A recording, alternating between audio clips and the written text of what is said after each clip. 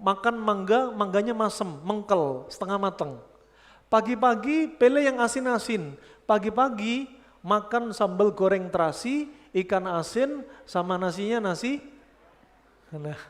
nasi uduk misalnya. Subhanallah. Ini ketika perut kosong yang manis-manis. Termasuk ketika ada sunnah yang dilupakan Bapak Ibu-ibu. Disebutkan Syekh Ibnu Utsaimin dari hadis Anas bin Malik, Aisyah dan Ibnu Abbas, kebiasaan Nabi habis makan kurma rutab, Nabi kemudian apa?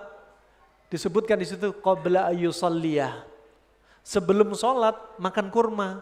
Berarti apa? Habis makan kurma langsung sholat. Bukan makan kurma, minum es buah, makan nasi, kemudian gorengan, baru sholat. Bukan. Habis makan kurma, sholat maghrib dulu, baru makan besar. Sehingga apa? Antara makan buah kurma dan makan nasi ada jaraknya. Karena kalau buah dicampur nasi, timbul pembusukan di usus. Tuh hikmah, Masya Allah. Makanya kalau Anda sebelum makan, jangan langsung makan buah terus makan. Atau makan nasi sambil makan buah, makan nasi, makan pisang. Atau habis makan nasi langsung makan semangka. Jangan, kasih jarak. Di antaranya mereka mengambil mentadabburi dari firman Allah.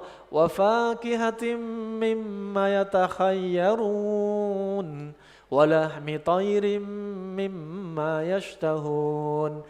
Mereka mengambil dari ayat ini, para penghuni surga, mereka makan buah-buahan dulu yang mereka inginkan, baru makan daging, tapi ada huruf waw di situ. Huruf waw kata para ulama yufidu al-muhlah, memberikan ada jarak antara makan buah dengan makan daging.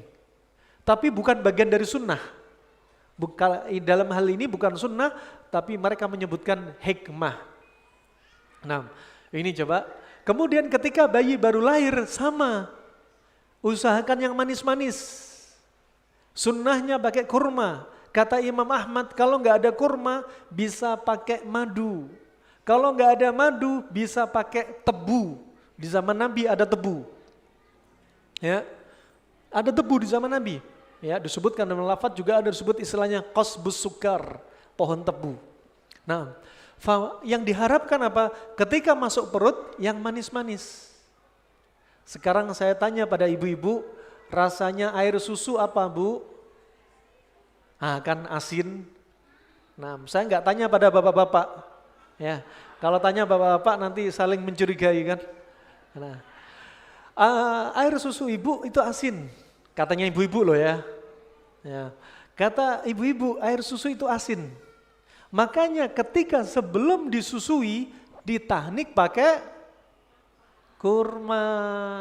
Biar yang masuk ke perut si baby yang manis-manis dulu. Kata Syekh Ibnu Utsaimin rahimahullah, kalau si baby sudah terlanjur disusui ketika baru lahir, gak ada lagi sunnahnya tahnik. Apalagi anak sudah usia 1 tahun ditahnik. Anak 10 tahun ditahnik. Nah, apalagi suaminya ditahnik sama istrinya. Nah, tahnik itu ketika bayi baru lahir. Tuh hikmahnya coba. Indah. Sunnah itu indah. Islam itu indah. Islam itu mengajarkan dari perkara kecil sampai besarnya. Diajarkan dalam Islam. Baik, kemudian kita lihat. Hikmah tidur di awal malam. Hikmah. Kenapa? Sudah kita sebutkan ternyata waktu yang kita hidup di masa itu ada istilah spektrum waktu. Ketika subuh, waktunya spektrumnya warnanya biru. Subuh itu ketika fajar shadiq, garis lurus. Kalau fajar kadhib itu garisnya terbentang. Ya, garisnya terbentang. Fajar shadiq sama fajar kadhib beda. Nah, oleh karena itu apa? Ini spektrumnya biru. Nanti berubah menjadi waktu duha. Mulai nanti berubah hijau, ya. Ketika berikutnya lanjut menjelang asar warnanya kuning, menjelang maghrib orange, ketika maghrib warnanya merah. Dan antara maghrib dan isya, makanya Nabi bersabda, kufu sibyanakum fil bait, ya, bil makna. Jagalah, tahanlah anak-anak Anda di rumah Anda. Makanya ini bimbingan, kalau ada anak kecil, jaga di rumah. Jangan dibiarin main. Kalau memang belajar ngaji di musola, di masjid, ya di masjid aja. Jangan dibiarin keluar masjid. Ya. Kenapa? Karena antara maghrib dan isya, itu waktu apa? Lintisyari syayatin, setan sedang bertebaran. Makanya anak-anak Anda jangan dibiarkan main-main, main kelereng di luar rumah antara maghrib dan isya. Jangan.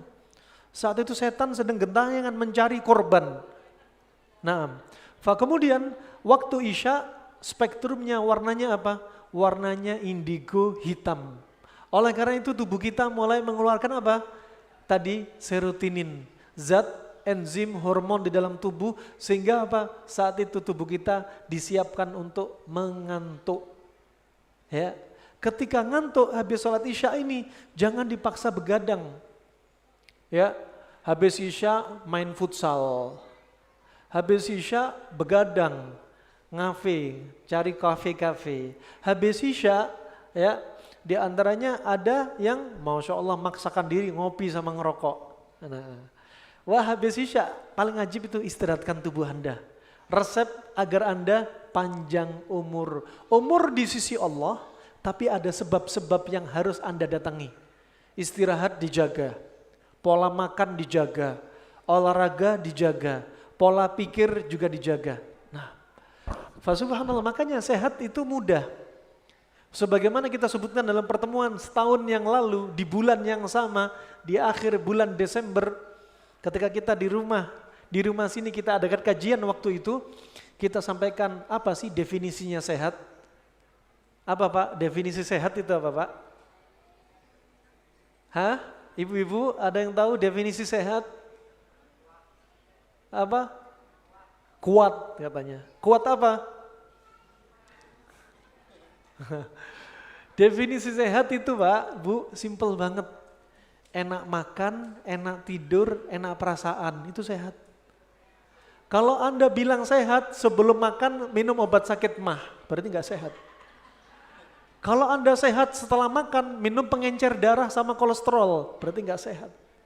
Nah, Anda sehat bilangnya minum obat darah tinggi, berarti nggak sehat. Enak tidur, itu enak tidur. Mau tidur nggak perlu minum diazepam, CTM diminum, berarti nggak sehat. Atau tidur bangun terus pipis ketika malam 5 kali 6 kali ketika tidur, berarti nggak sehat. Tidur sedang apa? Hatinya gundah gulana, sedang sedih. Ya. Nah, atau tidur tapi sering mimpi buruk, berarti nggak sehat. Kemudian sehat itu enak perasaan. Jangan sampai Anda setiap hari habis umur Anda untuk dendam. Ya, panik, takut, stres, depresi. Ini nggak sehat. Coba Anda perhatikan jenis kelamin laki atau wanita yang sering terkena kanker. Bu, laki apa wanita Bu? Nah, ada ibu, lihat yang kena kanker payudara laki-laki wanita atau laki-laki perempuan? Wanita. Laki-laki nggak ada kan kanker payudara?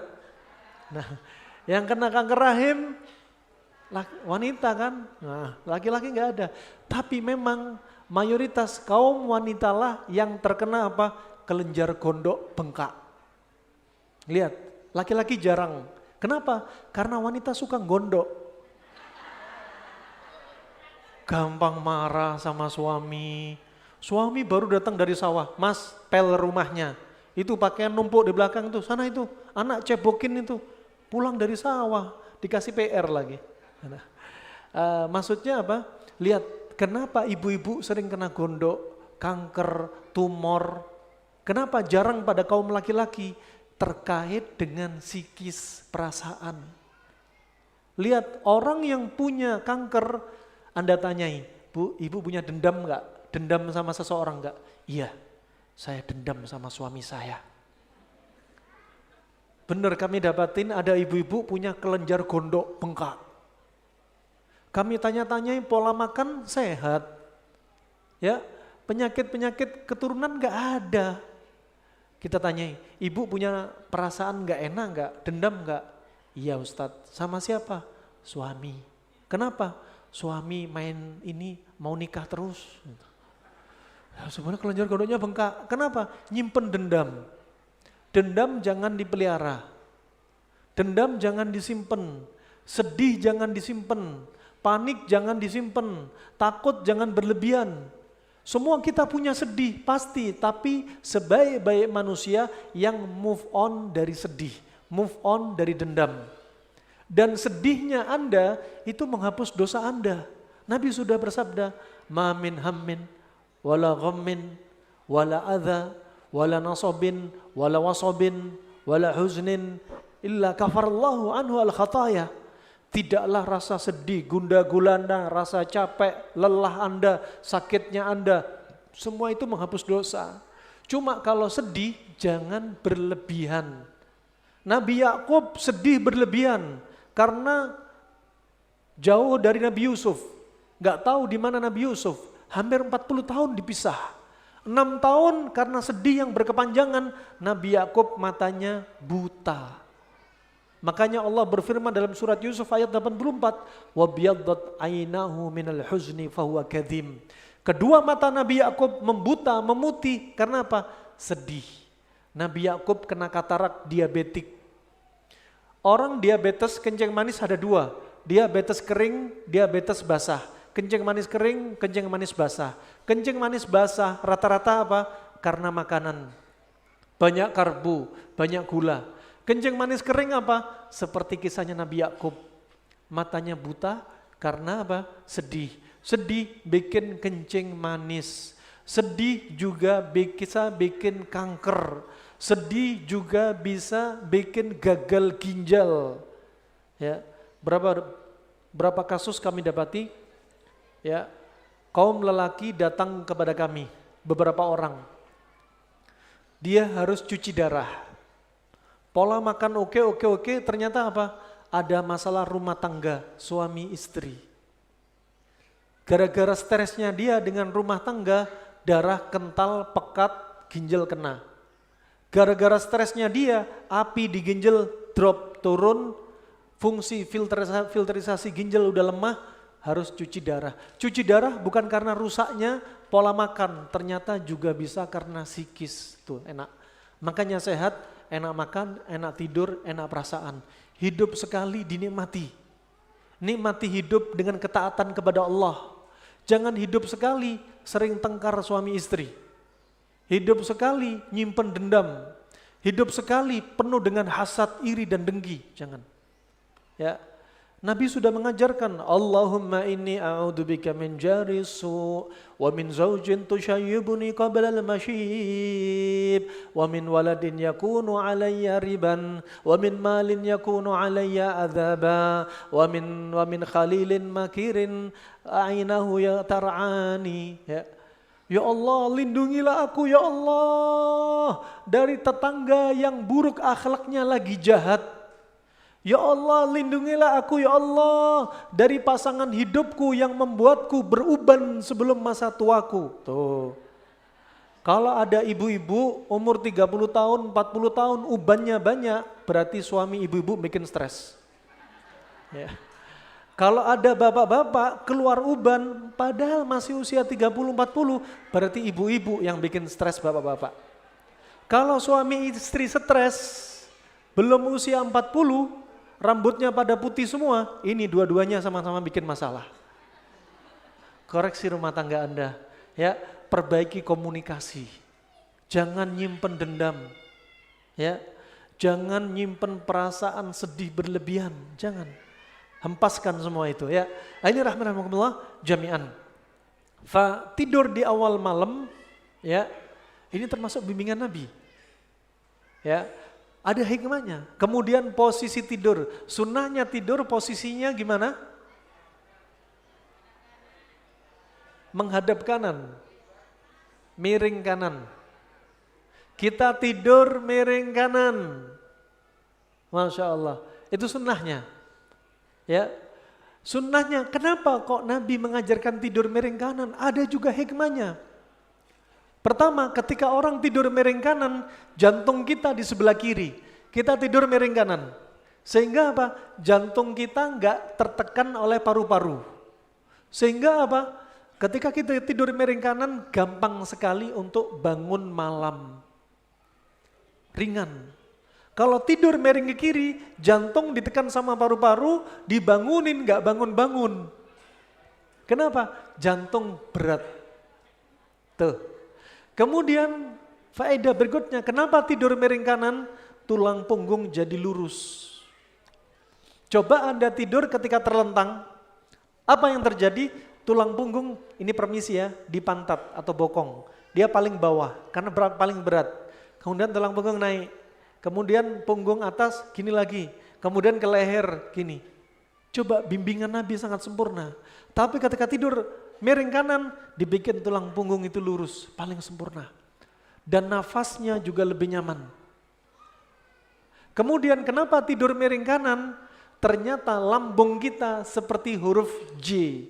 Ini Anda dari depan, saya dari belakang. Lambung itu seperti ini, turun ke bawah, belok sedikit ke arah kiri, kemudian seperti ada perut lambung naik, baru ke arah liver. Ya, duodenum tapi arahnya arah liver. Sehingga tidur miring kanan sesuai dengan huruf J. Nah, apa tujuannya? Biar sisa makanan yang ada gampang diturunkan untuk diselesaikan pencernaan. Subhanallah. Kenapa tidur miring kanan? Keempat, karena liver ada di kanan. Kalau kita tidur miring kiri, liver akan menekan lambung, lambung menekan diafragma, tidurnya jadi sesek. Subhanallah. Hikmah dibalik ajaran Allah dan Rasulnya Sallallahu Alaihi Wasallam.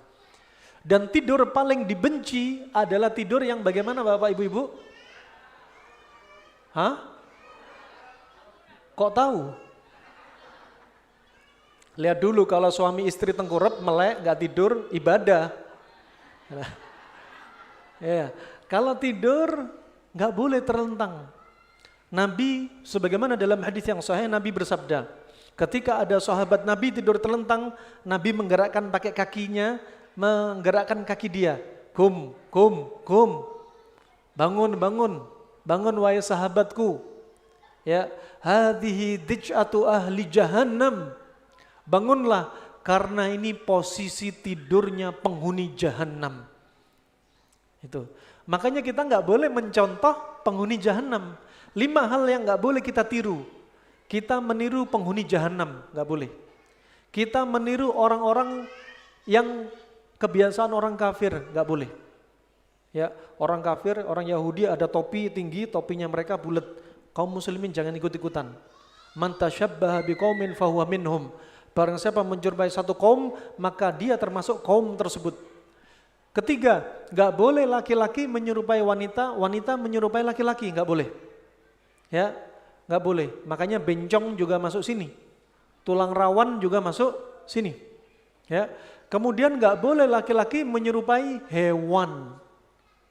Ya, laki-laki atau perempuan menyerupai hewan, nggak boleh.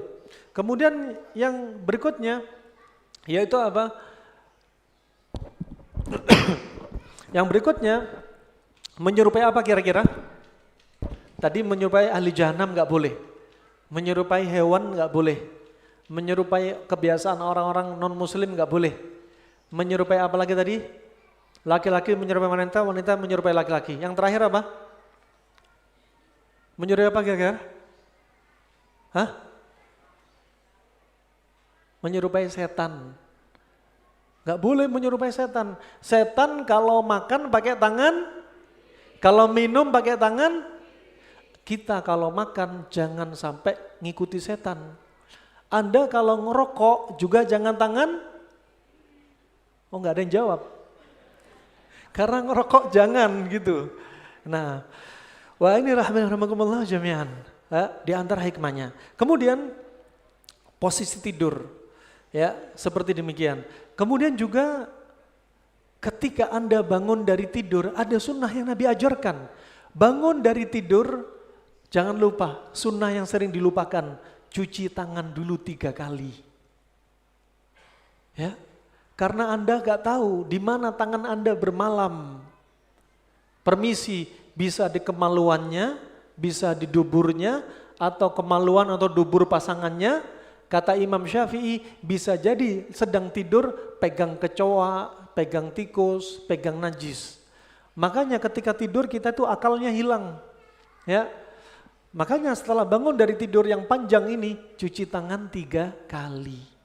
Ada orang yang gak suka dengan sunnahnya Nabi. Ketika disampaikan hadis ini oleh seorang ulama di masa silam, ya, hadis Abu Hurairah riwayat Imam Muslim, fa innaka la tadri aina batat yaduk, karena Anda enggak tahu di mana tangan Anda bermalam. Apa kata laki-laki ini? Saya tahu kok di mana tangan saya bermalam. Tangan saya bermalam ya di atas ranjang saya. Tidak mengimani hadis Nabi. Kemudian apa? Esok harinya Allah jadikan ya ujung jari dia sampai sikunya masuk lubang duburnya sampai matinya. Allah marah, murka. Kenapa? Enggak mengindahkan hadis Nabi. Nah, wa subhanallah, ketika bangun tidur cuci tangan 3 kali, kemudian wudhu, kemudian apa? Sholat. Kemudian bangun tidur tentunya baca doa. Apa doa bangun tidur? Ibu-ibu doa bangun tidur apa? Ibu-ibu ada yang sudah sepuh 50 tahun, 60 tahun sudah tidur lama, jangan sampai enggak tahu doanya tidur. Jangan sampai keliru juga, Allahumma jannibna syaitan wa jannibi syaitan ma razaqtana. Nanti enggak jadi bangun, jadinya ditidurin lagi nanti. Nasallahu ya.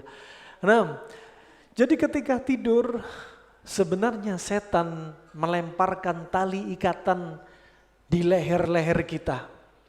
Ketika kita mau tidur, setan ngeluarkan jampi-jampinya. Alaika num tawil farqud.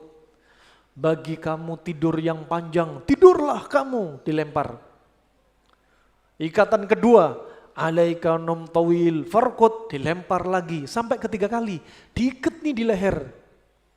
Kemudian ketika orang bangun tidur baca doa, alhamdulillahilladzi ahyana ba'dama amatana wa ilaihin nusyur.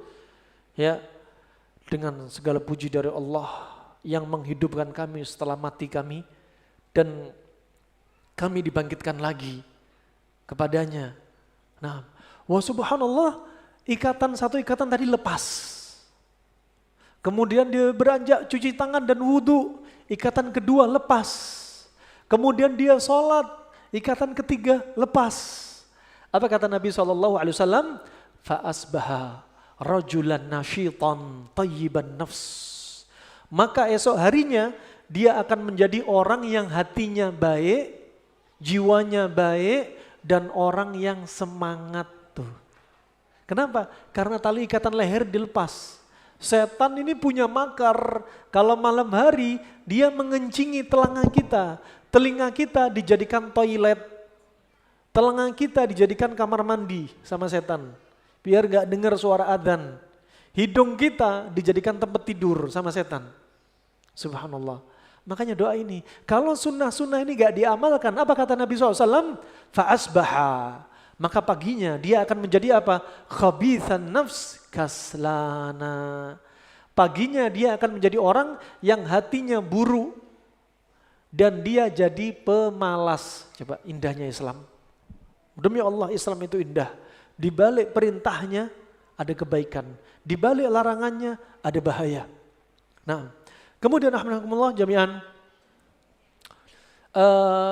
hikmah juga disebutkan tadi, doa hubungan intim.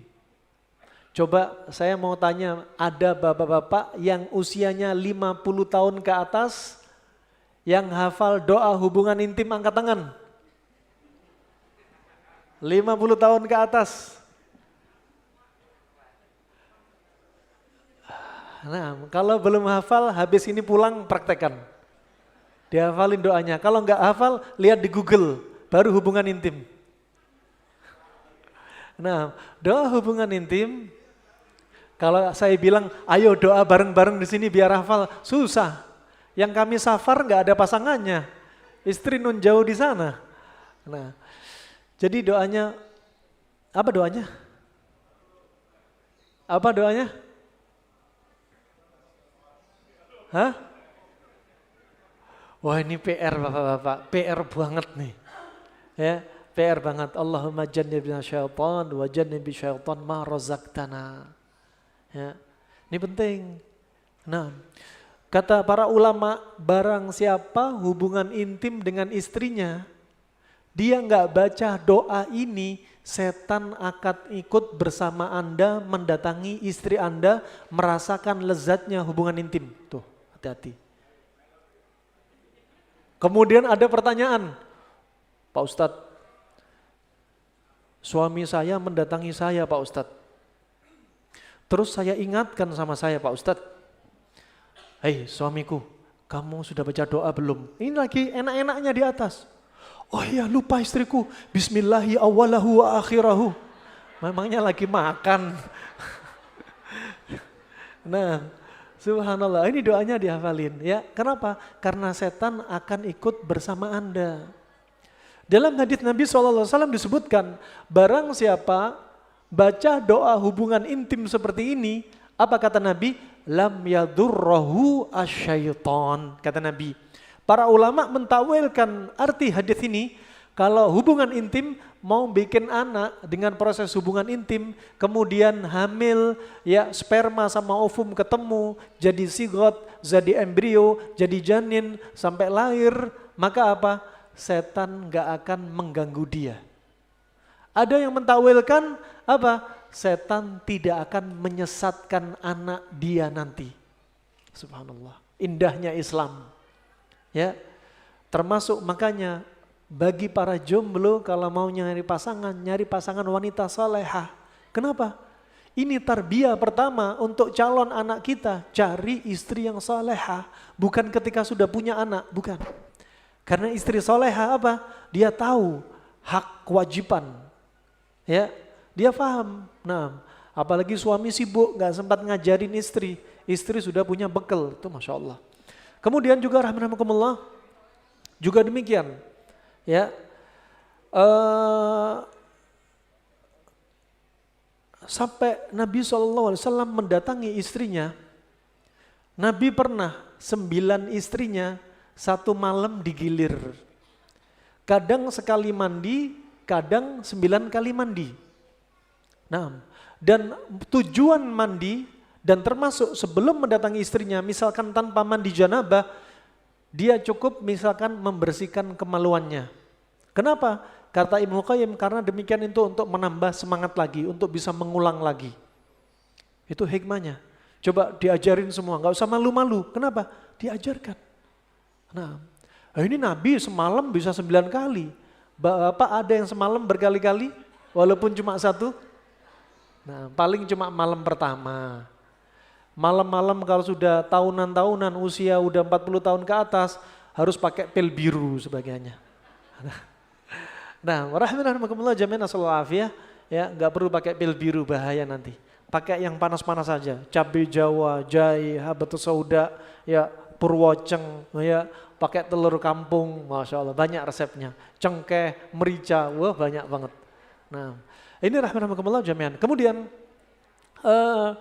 juga diantaranya hikmah kalau kita lihat keseharian Nabi dari urusan makan. Nabi kalau makan biasanya pakai berapa jari? 3 jari. Ini 3 jari. Bukan gini ya, bukan makan gini, susah. 3 jari. 1, 2, 3. Kata Syekh Ibnu Utsaimin kalau nggak bisa 3, bisa ditambah yang jari manis. Kenapa Pak dinamakan jari manis ini Pak? Kenapa dinamakan jari manis? Karena Bapak kalau lamaran akad nikah dimasukkan cincin di sini. Kayaknya begitu. Nah, alhasil makan pakai 3 jari. Apa hikmahnya? Ini menunjukkan Islam itu di tengah. Tidak ekstrim kanan, tidak ekstrim kiri. Orang yang makannya ekstrem kanan, makannya pakai 5 jari. Akhirnya mulut penuh, lambung penuh. Terus sphincter pylori atau mulut lambung bisa rusak. Coba indahnya Islam. Terus makan juga nggak pakai satu jari. 5 jari kebiasaan orang tamak dan rakus. 1 jari, 2 jari kebiasaan para raja dan orang-orang sombong. Makan jemblem, mentang-mentang orang kaya pakai 1 jari. Gitu kan. Ini orang sombong nih. Nah, kalau makan pakai 3 jari. Di tengah-tengah. Kenapa 3 jari? Karena 3 jari pertama cocok untuk ukuran mulut. Kemudian lambung gak berjubel. Sehingga apa? Sehat dimulai dari menjalankan sunnah Nabi. Coba indah. Ya. Kemudian kalau makan, ini yang biasa salah. Biasanya orang-orang di kampung, nak kalau makan jangan sambil ngomong, ora ilo. Padahal sunnahnya kalau makan sambil bicara. Ya, sebagian ulama menyebutkan sunnah. Kenapa? Pertama, syariatnya orang Yahudi kalau makan nggak boleh bicara. Sedangkan kita nggak boleh menyamai orang Yahudi. Berarti bicaralah. Kemudian kebiasaan Nabi kalau makan dengan para sahabatnya, makan dengan istrinya, sering merutinkan makan sambil berbicara. Ketiga, manfaatnya kalau makan sambil bicara, makanannya bisa sampai halus. Keempat, ketika makan sambil bicara, makannya pelan-pelan, makanan masuk, uap kemudian keluar. Ya, kecuali orang tamak dan rakus, makan berjamaah karena takut dihabisin temennya. Gitu. Ini orang tamak dan rakus. Dan sunnah yang dilupakan Bapak Ibu, kalau makan berjamaah. Jangan 1 piring 1 orang, jangan. Hidupkan sunnah ini. Ada anak Anda mau sekolah, Nina, Bapak Ibu makannya nanti. Kamu mau sekolah, ini tak sediain piringnya satu-satu. Jangan. Anak-anak mau sekolah, Bapak sama Ibu, kakek, nenek makan bareng. 1 nampan, makan rame-rame. Itu sunnah. Dan itu kebiasaan Nabi. Nabi pernah ketika datang ke Mekah, orang-orang kebiasaan ahlul Mekah, kalau makan 1 piring 1 orang. Nabi waktu itu enggak menerima tawaran mereka. Nabi justru ikut kondisi orang-orang dari Yaman, penduduk dari Yaman makan 1 piring 10 orang, makan 1 piring berjamaah. Nabi masuk di antara sela-sela mereka, hidupkan sunnah ini. Didapatkan kebersamaan. Didapatkan sunnah yang lainnya, makan sambil bicara. Nah, itu rahmanakumullah jami'an. Kemudian sunnah yang dilupakan juga, kalau makan, setelah makan jangan langsung cuci tangan sama pakai tisu, jilatin dulu. Ya, yul'iquha au yul'iqu biha. Ya, apa? Anda kalau habis makan, Anda jilatin tangan Anda. Ini piring belum bersih, bersihin. Itu kebiasaan Nabi. Bukan piring biar bersih sunnah dijilatin piringnya. Bukan. Tapi caranya piring dibersihin. Atau kata Nabi apa? Dijilatkan kepada orang lain. Kalau teman bapak-bapak makan bareng dijilatkan di sini, ya nggak mau. Kalau istri mungkin mau dijilatkan tangannya. Ini jilatin deh, yang sana jilatin gitu, nggak masalah. Ini sunnah. Kemudian juga diantaranya hikmah wudhu. Wudhu ada hikmahnya. Dari sisi agama atau sisi kesehatan. Dari sisi kesehatan, bersihkan tangan kita selalu, minimalnya sehari 5 kali, minimalnya. Istinsyak, bersihkan hidung. Di musim pandemi Covid, wah orang yang wudhu Masya Allah, terjaga kebersihan hidungnya. Telinga, ini dibersihkan dari minyak-minyak, dari kotoran-kotoran. Rambut dibersihkan, tangan, kaki, semua dibersihkan. Dari sisi dunia kesehatan. Dari sisi maknawi, hikmahnya apa? Sebagaimana hadis riwayat Imam Muslim, "Ma min abdin muslim awil mu'min yatawadda illa." Nah, disebutkan apa? Tidaklah seorang muslim mukmin ketika dia berwudu kecuali apa? Dosanya dikeluarkan sampai tetesan air wudu yang terakhir. Ketika membasuh wajah, dosa-dosa mata keluar. Dosa-dosa lisan keluar. Ketika basuh tangan, dosa-dosa dari kemaksiatan tangan keluar sampai tetesan terakhir. Ya, dan seterusnya, telinga, kepala, kaki, keluar, Masya Allah, ajib. Dan wudhu ini di hari kiamat nanti akan menjadi tanda khusus. Umat-umat Nabi sebelumnya, Nabi Isa, Nabi Musa, Nabi Ibrahim, nabi-nabi yang sebelumnya gak ada syariat wudhu. Syariat wudhu hanya khusus untuk umatnya Nabi Muhammad SAW. Dan Nabi Muhammad SAW nanti di padang mahsyar, di telaganya, di telaga Nabi, Nabi melihat mana yang termasuk umatnya Nabi.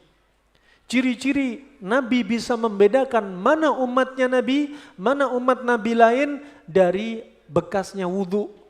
Dari bekas wudhu tadi ya akan menyebabkan dahi ini bercahaya putih, tangan bercahaya putih, kaki bercahaya putih. Ghurran muhajjalina min atharil wudhu. Ini umatku gitu. Dan nanti di telaga Nabi ada orang yang diusir sama penjaga telaga. Gak boleh minum. Kemudian Nabi saking sayang dengan umatnya, tahu ini umat-umatnya. Hum ummati, mereka itu umatku kok diusir. Kemudian kata penjaga telaga apa? Innaka la tadri ma qad ahdatsu ba'dak. Dalam riwayat Imam Ahmad, qad baddalu wa ghayyaru. Kemudian kata Nabi, suhqan liman ghayyaru ba'di. Jadi ada orang yang diusir dari telaga Nabi, gak boleh minum. Nabi sampai teriak-teriak, mereka umatku kok diusir. Apa kata penjaga telaga? Kamu tidak tahu wahai Muhammad, setelah kamu meninggal, banyak dari kaum kamu yang merubah-rubah ajaran agama kamu. Termasuk kesyirikan, amalan-amalan yang gak diridhai oleh Allah. Ya, akhirnya berdampak apa? Gak bisa minum telaganya Nabi. Padahal orang yang bisa minum telaga Nabi, kata Rasulullah apa? Lam yadma abada. Gak pernah akan haus selamanya. Kemarin kita mampir sebelum ke Madiun, Mojokerto, sempat mampir Telaga Sarangan. Telaga warnanya hijau, kotor, lumutan, gak bisa diminum. Lah ini kebayang kalau telaganya Nabi, warnanya apa? Asyaddu bayadan minal laban, lebih putih daripada susu. Wa ahla minal asali, lebih manis daripada madu. Kalau telaga-telaga di dunia, apapun modelnya telaga di dunia, baik ciptaan Allah ataupun telaga bikinan manusia, tidak bisa dibandingkan dengan telaganya para nabi di yaumul qiyamah. Setiap nabi punya telaga, semakin banyak umatnya, telaganya paling besar. Dan telaga nabi paling besar, disebutkan jaraknya antara Ailah dan Yaman. Ailah itu kota antara Madinah, Mesir dan Suriah dan Yaman. Oh, itu jaraknya gede banget. Orang yang minum gak akan haus selamanya.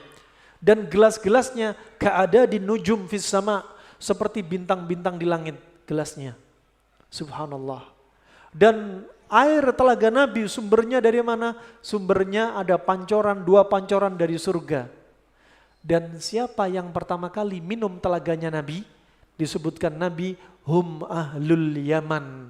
Mereka penduduk dari Yaman. Bukan Arab Saudi, bukan Indonesia, bukan Amerika, bukan Perancis, tapi penduduk dari Yaman. Dari penganutnya, pengikutnya Nabi SAW yang termasuk yang gak diusir. Karena ada pengikut Nabi yang diusir dari telaga untuk tidak minum dari telaga Nabi SAW. Wah, ini wudhu. Efeknya wudhu seperti dahsyat. Orang ketika wudhu dia semangat, memperbarui wudhu semangat. Masya Allah.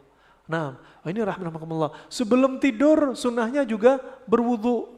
Dijaga wudhunya. Seperti Bilal bin Rabah. Pernah Nabi diajak jalan-jalan ke surga.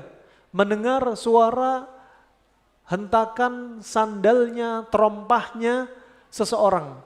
Ditanyai malaikat, ternyata itu adalah terompahnya Bilal bin Rabah. Sahabat Nabi SAW. Kemudian Nabi bertanya kepada Bilal, ya Bilal, sholat kamu sama dengan sholat kami. Puasa kamu juga demikian. Ibadah kamu demikian. Apa kira-kira dari amalan kamu yang membuat terompah kamu terdengar di surga? Apa kata Bilal? Apa ya? Sepertinya satu amalan saya yang sering saya lakukan, saya rutinkan, yaitu saya selalu menjaga wudhunya saya. Itu Pak, Masya Allah. Jaga wudhu Anda. Safar wudhu, mau tidur wudhu, jalan-jalan wudhu, sholat wudhu. ya mau makan juga masih punya wudhu, Masya Allah. Terus dijaga kesuciannya dia. Kemudian rahmatullah, hikmah sholat. Hikmah di balik sholat itu ajib. Anda kalau lihat rukun Islam ada 5. Pertama dengan lisan. Cuma apa? Asyhadu an la ilaha illallah wa anna Muhammadar Rasulullah. Simple untuk masuk Islam dengan lisan. Naik berikutnya kalau sudah syahadat diajarkan sholat. Sholat itu apa? Lisan ditambahi gerakan-gerakan sholat. Ada lisan, dzikir-dzikir sholat, tambahi gerakan. Naik ke berikutnya zakat. Zakat terkait dengan harta. Makanya Allah tidak menjadikan zakat rukun Islam pertama. Kenapa? Karena tabiatnya manusia itu kikir, bakhil, pelit, medit. Ya, seandainya zakat menjadi rukun Islam yang pertama, sedikit sekali manusia yang memeluk agama Islam. Nah, kemudian puasa, di puasa dikumpulkan di situ. Ketika puasa, ada kita dijuluki Syahrul Quran. Bulan Al-Quran, di mana kita banyak baca Al-Quran, berarti lisan. Sholatnya juga ditambah, sholat taraweh, dzikirnya berarti ditambah. Ya, kemudian ketika Ramadan puasa ditambahi sholatnya, ada sholat rawatib, ditambahi ada sholat taraweh, ya, ditambah. Kemudian juga di bulan Ramadan dianjurkan banyak sedekah infak, ngeluarin harta. Kalau tadi zakat, ini ngeluarin harta. Sampai Nabi bersabda, afdhalus shadaqah shadaqatun fir Ramadan. Sebaik-baik sedekah adalah sedekah di bulan Ramadan. Haji tambah naik lagi levelnya. Itu pelan naik, pelan-pelan. Bada'a bilaham fal aham. Pelan-pelan. Kemudian yang berikutnya dari sholat sendiri, gerakan-gerakan sholat itu ada hikmahnya. Anda lihat kalau sering naik motor posisi gini, nyetir mobil gini. Nulis di kantor demikian. Ya, semua aktivitas kita itu gini. Ketika sholat, ya ini hanya akal-akalan untuk mencari hikmah. Bukan berarti kita ibadah karena hikmah, nggak boleh. Ibadah karena Allah, hikmah hanya mengikuti. Coba ketika sholat, Allahu Akbar, ini dibuka. Jadi tulang rusuk kebuka, yang tadinya nutup terus dibuka. Ya, nah. Kemudian Allahu Akbar, tulang punggung dilurusin. Ya. Kemudian ketika ruku, sebutan dalam hadis posisi ruku sampai apa? Seperti kalau ada air netes di punggung, nggak akan lari kemana-mana. Ya, contoh nih, rukunya demikian. Ruku jangan sampai tangan di betis, jangan gini ruku. Ya, atau apalagi ruku pegang jempol. Ya. Ruku gini ya, ini lurus. Ketika lurus, wah ternyata terapi terbaik untuk orang HNP juga. Yang tulang punggungnya kejepit, apalagi di lumbal 4 dan 5, diposisikan ruku betul-betul renggang. Dia terasa nyaman. Sampai sebagian menjadikan terapi orang HNP, ruku, usahakan ruku sekitar 10 menit. Ditarik, itu nyaman betul. Ya. Adapun dari sisi maknawi, ketika ruku, dosa-dosa kita terkumpul di punggung kita. Ketika sujud, dosa-dosa kita ikut turun keluar dari punggung kita ketika kita sujud. Dan ketika sujud, di antara hikmahnya darah semua terpusat di kepala. Dimaksimalkan aliran darah ke otak. Dan saat itu saatnya betul-betul kita mencurahkan pikiran kita untuk bermunajat kepada Allah Subhanahu wa taala. Ya. Dan tempat yang paling dekat kita dengan Allah ketika sholat adalah ketika sujud. Dan di balik sholat juga ada rahasianya. Ketika Anda sebelum sujud, Anda ruku. Apa doanya ruku? Apa doanya ruku? Subhana Rabbiyal Azim. Kemudian ketika berdiri, Sami Allah liman hamidah. Kemudian ketika i'tidal yang dibaca, Rabbana lakal hamd, Rabbana walakal hamd, Allahumma lakal hamd, dan seterusnya.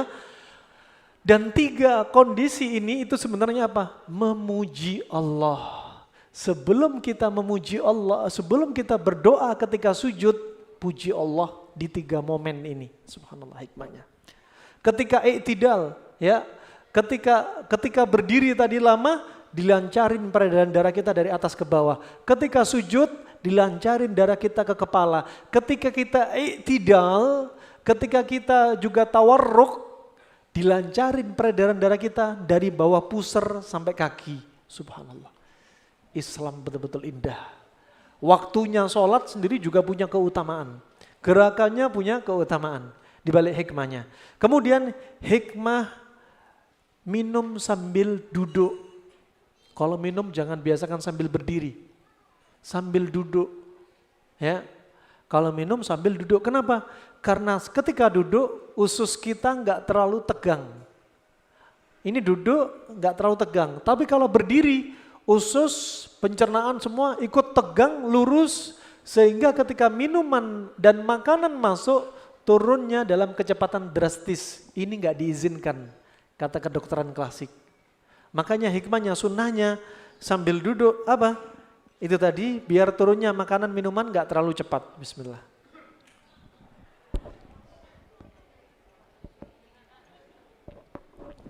Baru ingat belum minum. Kalau minum juga gitu.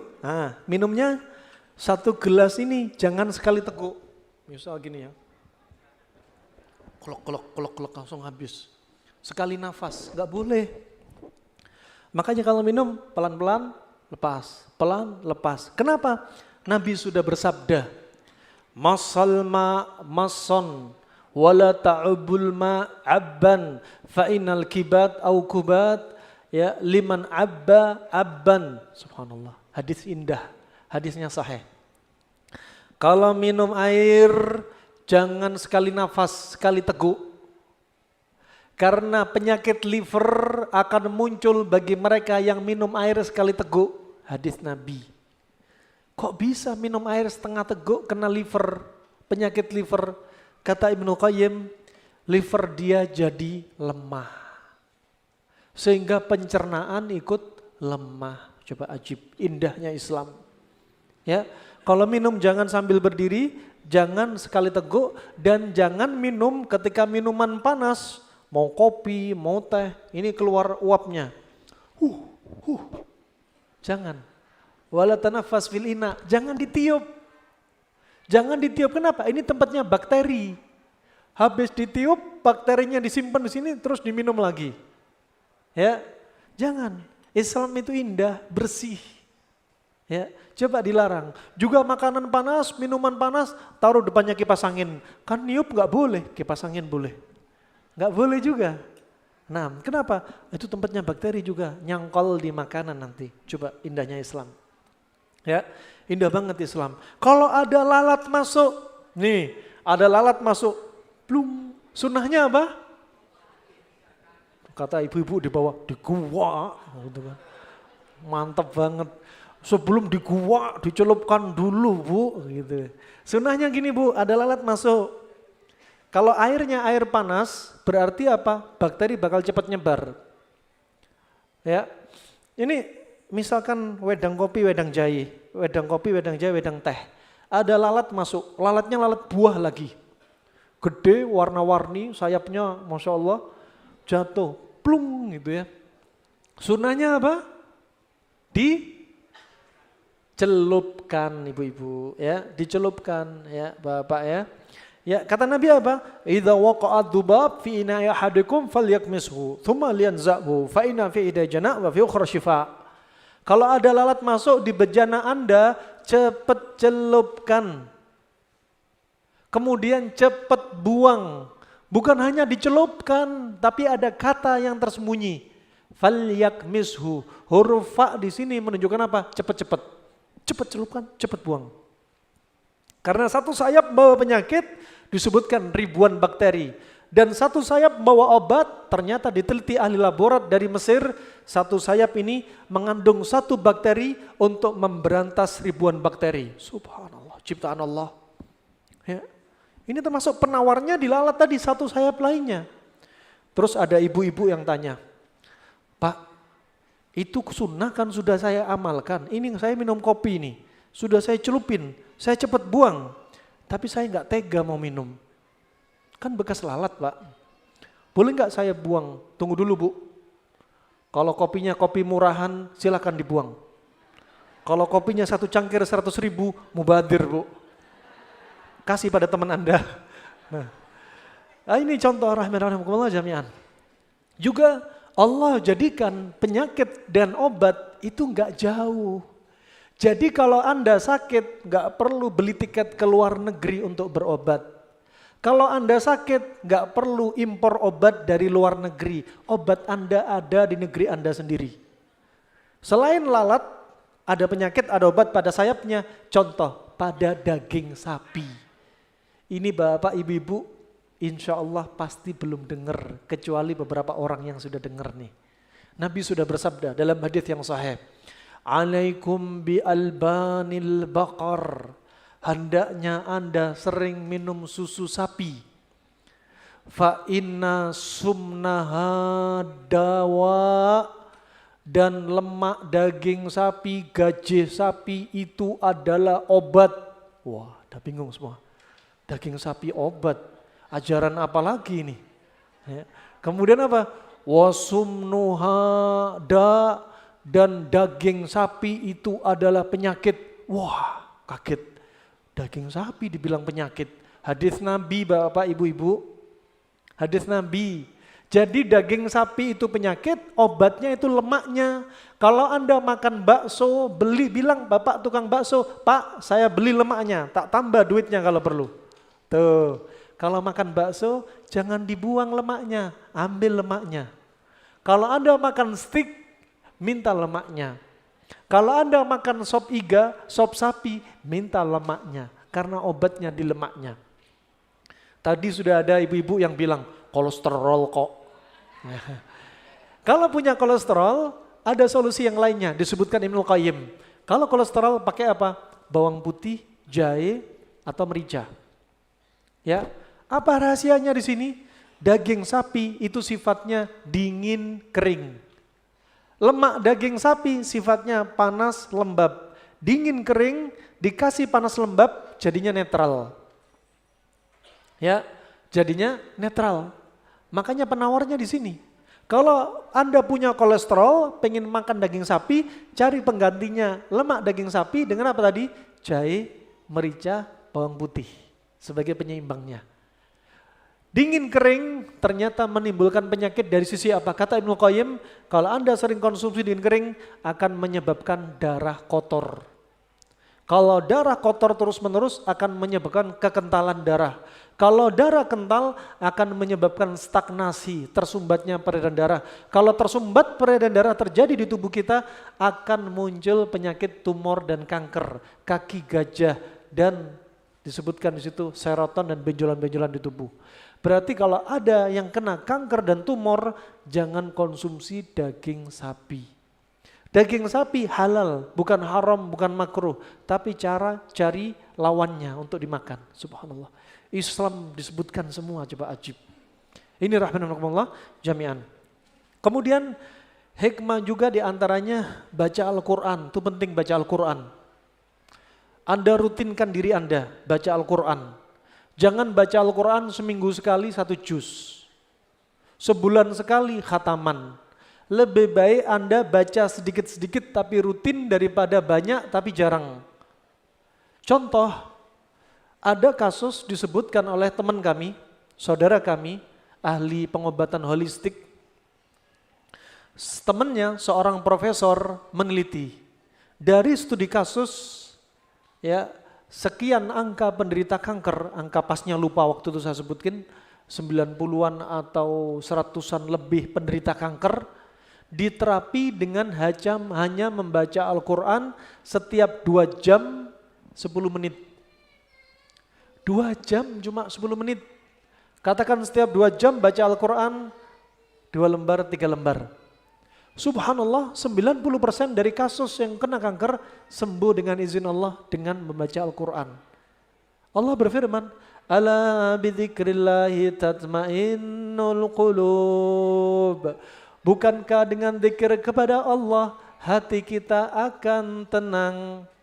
Zikir kepada Allah, hati kita akan tenang. Nah, ternyata orang yang kena kanker bukan hanya faktor makanan, faktor psikis. Ketika hati tenang, ternyata itu obatnya kanker. Masya Allah, ajib. Ya, menenangkan diri dia. Nah, ini sering baca Al-Quran, ya, menenangkan hati kita. Rumah tangga sering bertengkar bermula dari rumah tangga yang jarang baca Al-Quran. Masalah-masalah yang sering muncul pada seorang berawal dari dia yang jarang baca Al-Quran. Kemudian baca bismillah sebelum makan. Sebagian profesor juga neliti, orang baca bismillah sebelum makan dan yang satunya nggak baca bismillah. Ternyata yang baca bismillah didapati bakteri yang masuk, bakterinya positif. Orang makan baca bismillah, namanya bismillah, minta tolong kepada Allah. Dimudahkan untuk dijauhkan dari penyakit. Dimudahkan dengan makanan ini, setan gak ikut makan bersama dia ketika baca bismillah. Itu hikmahnya. Kemudian juga demikian, dzikir pagi petang yang kita baca sebagai benteng bagi tubuh kita. Anda masuk rumah, diajarkan doa masuk rumah ketika gak ada orang, Bismillahi assalamu alayna wa ala ibadillahi salihin. Kalau ada orangnya, doanya apa? Bismillahi, doa masuk rumah apa? Kenapa? Bismillahi assalamualaikum. Fa subhanallah, setan ketika ngelihat orang baca doa masuk rumah, apa kata setan? Celaka. Malam ini nggak dapat tempat tidur, malam ini nggak dapat makan malam. Itu wajib. Ini kabar yang dibawa oleh Allah dan Rasulnya, ya. Kemudian juga kenapa larangan hubungan intim dari lubang dubur haram? Walaupun itu istrinya halal, apalagi yang nggak halal. Yang halal aja haram, ya. Wanita didatangin oleh suaminya itu haram ketika dua kondisi, haid dan nifas, dan dari lubang duburnya, nggak boleh. Kenapa? Ketika wanita haid dan nifas terjadi hubungan intim, apa? Ternyata akan menyebabkan endometriosis dan kista. Yang kedua, akan menyebabkan perdarahan. Karena ketika hubungan intim, syahwat naik, terjadi ketika memuncak-muncaknya dia, pembuluh darah melebar, akhirnya perdarahan. Ketiga, di rahimnya ada bakteri-bakteri rahim. Subhanallah, indahnya Islam coba. Kemudian juga kenapa nggak boleh dari lubang dubur hubungan intim? Iya, lubang dubur itu nggak seperti lubang kubul. Kalau alat vital wanita, permisi akramakumullah, ketika proses persalinan dia bisa membesar sampai 200%. Lubang dubur bisa membesar? Nggak bisa. Makanya para ahli forensik, mereka korban-korban homoseks, nasallallahu afiyah, biasanya dubur mereka seperti corong, jadi tersangka. Karena apa? Bukan tempatnya, tempat najis. Dan Islam menafikan ini semua. Begitu pula hubungan sesama jenis dilarang dalam Islam. Dan pertama kali yang melakukan hubungan sesama jenis adalah kaumnya Nabi Lut. Sampai Nabi Lut berkata, "Walutan id qala liqaumi atatuna al-fahishata ma sabaqakum biha min ahadin minal alamin." Ya, pertama kali kaumnya Nabi Lut yang melakukan, dan Nabi melaknat mereka 3 kali laknat. Orang yang melakukan amalan seperti kaumnya Nabi Lut dilaknat 3 kali. Yang Nabi nggak pernah melaknat sebanyak ini kecuali laknat dari dosa hubungan sesama jenis. Nah, subhanallah, masih banyak lagi hikmah di antara bersiwak, hikmah di balik sunnahnya minum gak langsung dari ceret, hikmah di balik puasa, kenapa puasa Senin Kemis, puasa Ayyamul Bid, puasa Ramadan, apa hikmahnya, hikmah di balik infak sedekah, hikmah di balik sholat malam. Nih, jangan tinggalin sholat malam. Nabi SAW bersabda, "Alaikum bil qiyamil lail, alaikum bi qiyamil lail. فَإِنَّهُ مِنْ دَأْبِ الصَّالِحِينَ قَبْلَكُمْ وَقُرْبَةٌ مِنَ اللَّهِ وَمِنْهَاتٌ عَنِ الْإِثْمِ وَتَغْفِرَةٌ لِلذُّنُوبِ وَلِلْعِلَاجِ لِدَاءِ الْجَسَدِ." Kata Nabi SAW, hendaknya Anda sering sholat malam. Karena sholat malam itu apa? Kebiasaan orang-orang soleh sebelum Anda. Dia ini untuk mendekatkan diri kita kepada Allah. Dia ini untuk menjauhkan kita dari maksiat. Salat malam ini untuk menghapuskan dosa-dosa kita. Salat malam ini untuk menyembuhkan penyakit dalam tubuh kita. Nah, ternyata salat malam juga sebagai terapi untuk mengobati penyakit kita. Hadits Nabi SAW. Nah, kemudian yang terakhir dari banyak yang kita rangkum, yang terakhir hikmah di balik menuntut ilmu. Anda sekarang di sini duduk karena apa? Menuntut ilmu. Nabi sudah bersabda, "Man salaka tariqan yaltamisu fihi ilman, sahalallahu lahu bihi tariqan ilal jannah." Barang siapa dalam hidupnya dia sibuk menuntut ilmu, maka Allah akan bukakan bagi dia pintu-pintu surga. Dengan Anda tahu dalilnya, ya Allah, tadi oh ternyata hubungan intim ada doanya toh, ya kan?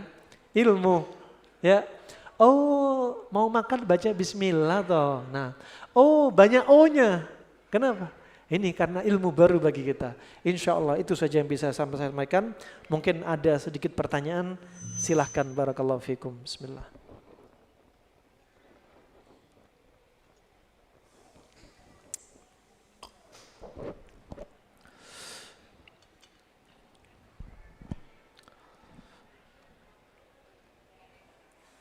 Gimana?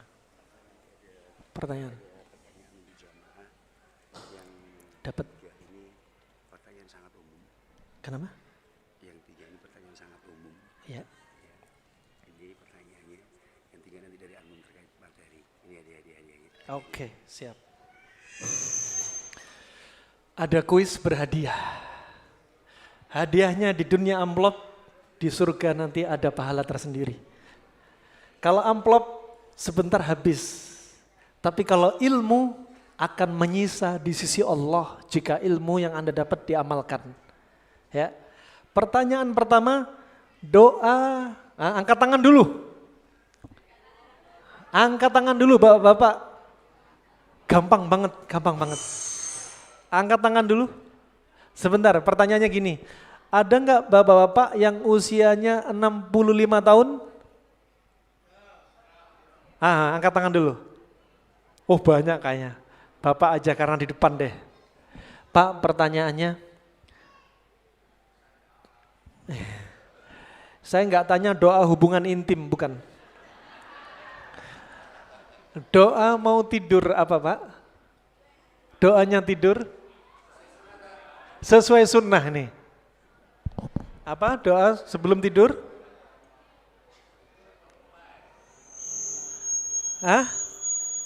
Bismikallahumma amutu wa ahya.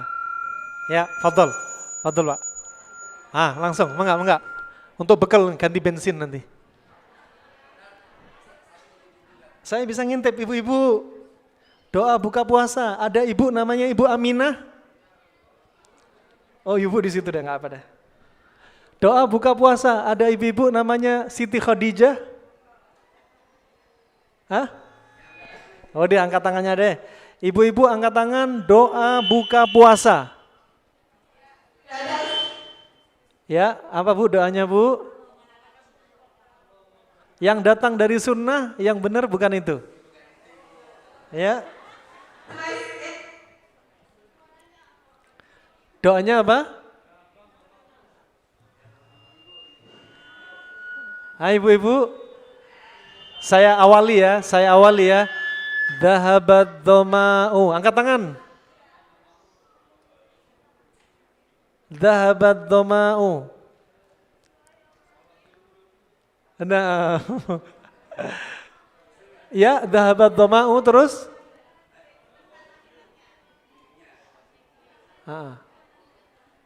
Itu ada yang jawab itu.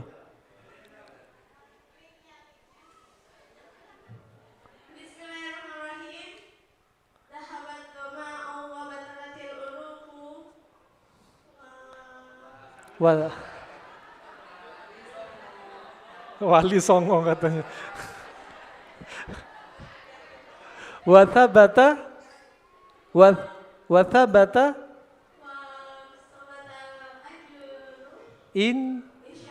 ahsan itu yang sunnah. Iya. Sebentar, namanya siapa? Oke, sekarang kalau buka puasa, sunnahnya tadi pakai apa? Pakai kurma. Kurmanya kurma rutop apa kurma tamer? Masya Allah. Ya kalau ada Hongkong, Hongkong, ote-ote, ote-ote gitu. Ini doa buka puasa. Doa, ini bapak-bapak nih. Saya mau bapak yang ada di sekitar kampung sini. Langsung angkat tangan. Doa yang diajarkan Nabi tapi sesuai hadis yang sahih, pendek banget. Angkat tangan. Kalau nggak ada angkat tangan langsung aja. Doa mau makan, angkat tangan. Nah, penduduk aja, masyarakat.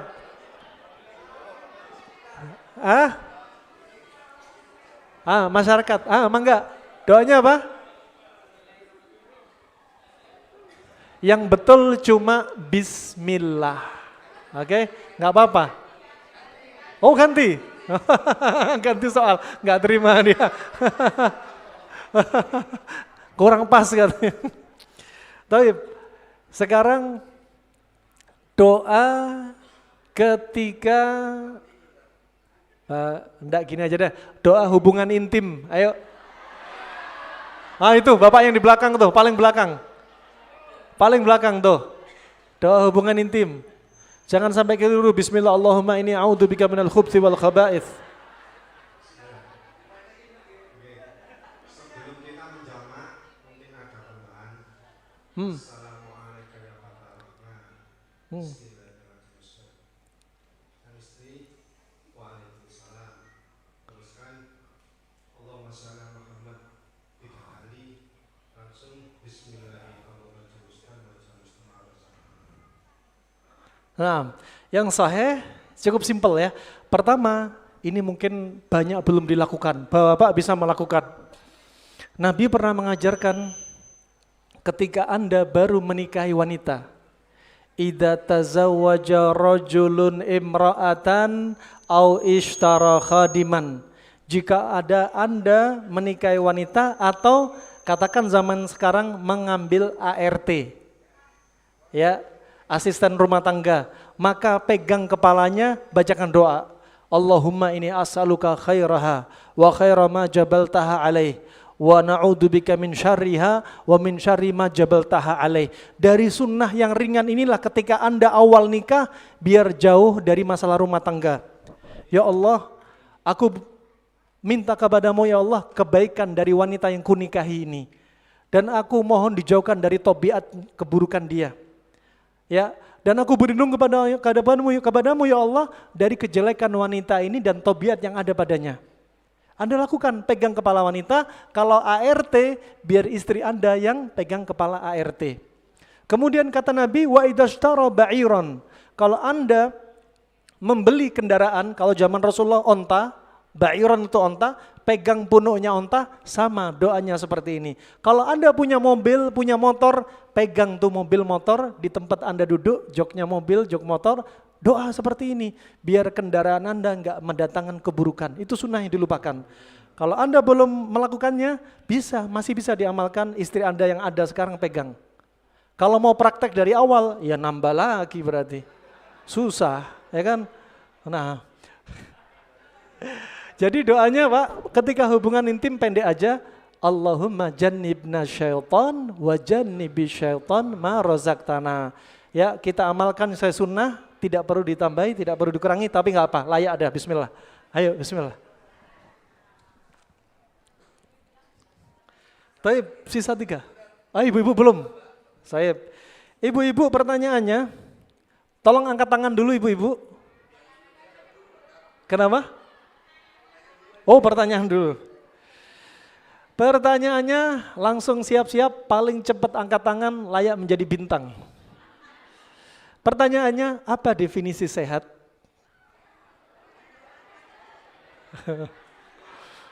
Angkat tangan Bu, apa definisi sehat?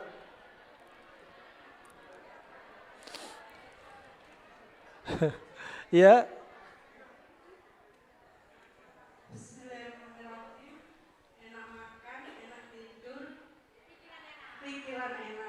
Ahsan. Enak makan, enak tidur, enak perasaan. Nah, langsung. Ibu-ibu lagi, masih kurang nih ibu-ibu. Pertanyaan berikutnya untuk ibu-ibu. Ya, kenapa sih? Kalau kita lihat, kenapa sih kaum wanita lebih banyak terkena kanker? Jawab. Nah, angkat tangan Bu langsung. 6.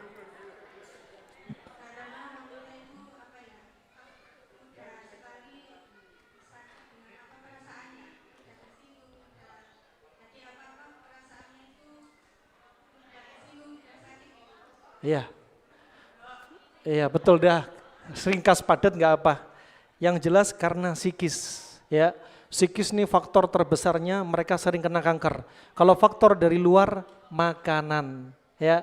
Psikis ini banyak, makanya ibu-ibu harus lebih banyak dzikir pagi petang. Ya, lebih banyak juga diantaranya apa? Baca Al-Quran penting. Anda lihat iblis laknatullah alaih untuk mengeluarkan Adam dari surga, siapa yang digoda? Yang digoda siapa? Hawa. Untuk jadi akhirnya keluar dari surga. Anda lihat Nabi ketika Idul Fitri, Idul Adha sering mewasiati kepada kaum wanita. Juga demikian Nabi sering menyebutkan wanita itu seperti apa? Kal qawarir, seperti gelas-gelas kaca, mudah pecah.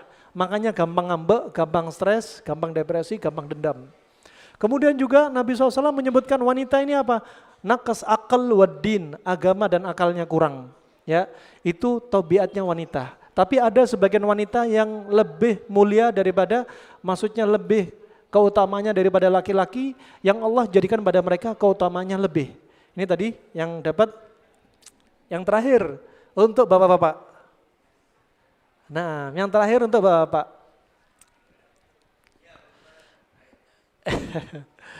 Sebutkan untuk bapak-bapak. La ilaha illallah. Nah, apa enaknya Pak ya? Doa bangun tidur. Taib. Bapak, tadi disebutkan dalam hadis setan mengikat leher kita ketika tidur 3 kali ikatan. 3 kali ikatan ini akan lepas ketika apa saja. Angkat tangan.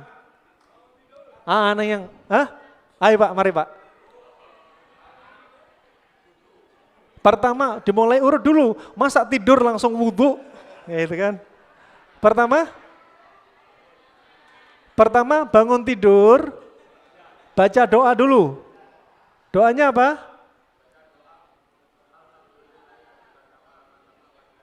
Alhamdulillahilladzi ahyana ba'da ma amatana wa ilaihi nusyur. Lepas 1 ikatan. Kedua,